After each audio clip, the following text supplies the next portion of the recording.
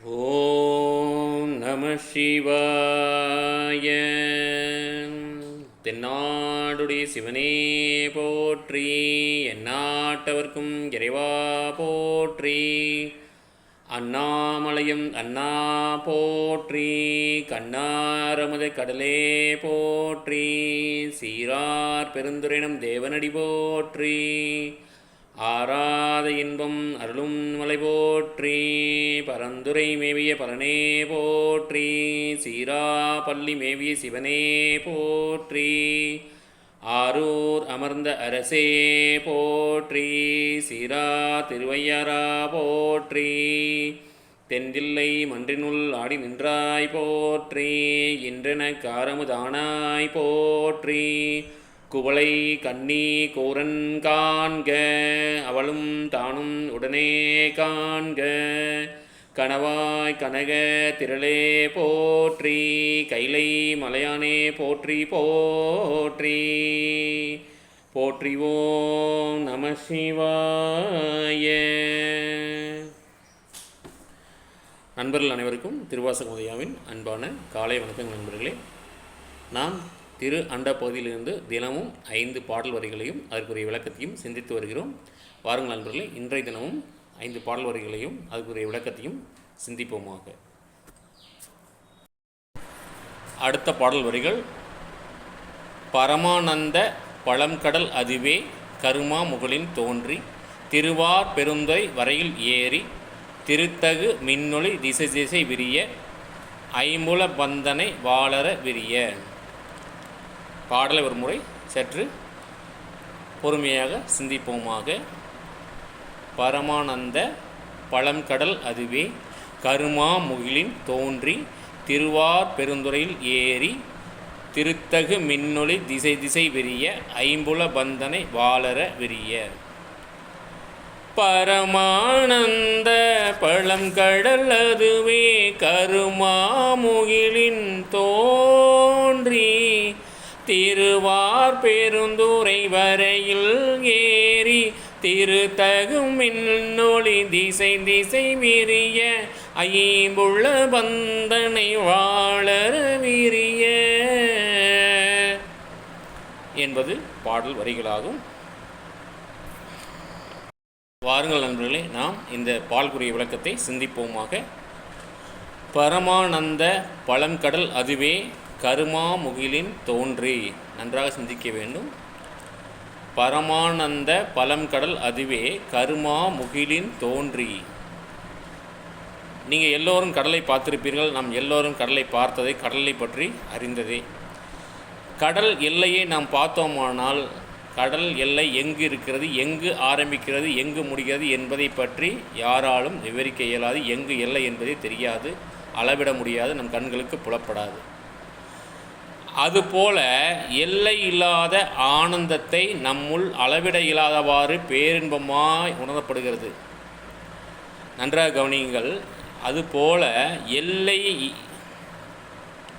அதுபோலவே எல்லையே இல்லாத ஆனந்தம் நம்முள் அளவிட இயலாதவாறு பேரின்பமாய் உணரப்படுகிறது. எப்பொழுது?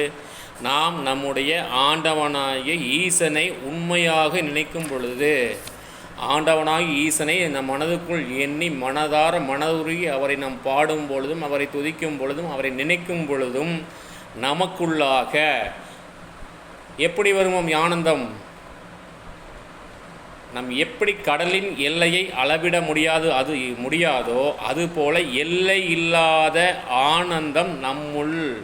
நன்றாக கவனிங்கள். எல்லை இல்லாத ஆனந்தம் நம்முள் அளவிட இயலாதவர், அளக்கவே முடியாது. இதுதான் இவ்வளவுதான் என்று சொல்ல முடியாது. அந்தளவுக்கு அளவிட இயலாதவாறு பேரின்பம். நன்றாக கவனியுங்கள். பேரின்பம், அதாவது பேரின்பம் என்று சொன்னால் எவ்வளோ பெரிய இன்பம் என்று நான் வார்த்தையால் விவரிக்க இயலாத அளவுக்கு பேரின்பமாய், பெரிய இன்பம், நீங்காத இன்பம், நம்மை விட்டு நீங்காத இன்பம், நீண்ட நெடு தொலைவுன்னு சொல்கிறோம் இல்லைங்களா, அது மாதிரி நீங்காத இன்பமாய், நீங்காத இன்பம் நம்மால் உணர முடியும் என்பதை அந்த பாடல் வரிகள் மூலம் விளக்குகிறார். அடுத்ததாக திருவார் பெருந்துறை வரையில் ஏறி திருத்தகு மின்னொளி திசை திசை பெரிய ஐம்புல பந்தனை வாழத விரிய. கடல் நீரிலிருந்து வெப்பத்தால் மேலும் ஆவி குவியலாக மேக காற்றை நான்கு புறத்தையும் அழகுற பறந்து விரிந்து தோன்றுதல் போல. நன்றாக கவனிங்கள் நண்பர்களே. கடல் நீரிலிருந்து வெப்பத்தால் வெளும் ஆவி குவியலான மேக காற்றை நான்கு புறத்தையும் அழகுற பறந்து விரிந்து தோன்றுதல் போல திருப்பெருந்துறையில் ஈசன் பிரசன்னமாகி பிரகாசமான தனது ஒளியை எங்கும் பரவி ஞான ஒளியை ஒளிரச் செய்கிறார். அதாவது திருப்பெருந்துறையில் நம்முடைய ஈசன் எப்படி அவருடைய காட்சி தருகிறார் என்பதை, திருப்பெருந்துறையில் ஈசன் பிரசன்னமாகி பிரகாசமான தனது ஒளியை எங்கும் பரவி ஞான ஒளியை ஒளிரச் செய்கிறார். ஞானம் என்று சொன்னால் அறிவு.